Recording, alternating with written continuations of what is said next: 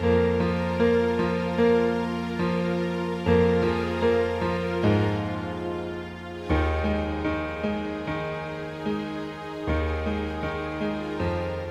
তোমার ছেলেকে অহরাত্র অসংখ্য মিথ্যার বিষ গিলিয়েছ। শৈশবে সে হাসেনি, কেননা সমবয়সীদের সে শত্রু বলে জানত। যৌবনে সে নারীকে ভালোবাসেনি, কেননা নারীকে সে নরক বলে জানে।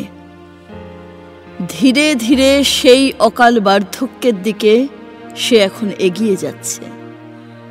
চুলগুলিকে যা সাদা করে দেয়, কিন্তু চিত্তের মালিন্য যা মোচন করতে পারে না।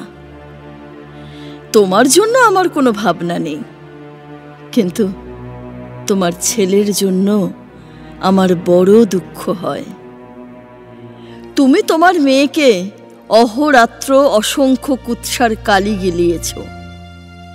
শৈশবে যে ফুল কুড়ায়নি, কেননা সে শুনেছিল প্রত্যেকটা গাছেই আছে একা নরের বাসা। যৌবনে তার জানলা দিয়ে বাতাস বয়ে যায়নি, কেননা প্রতিবেশীর পুত্রকে সে লম্পট বলে জানে।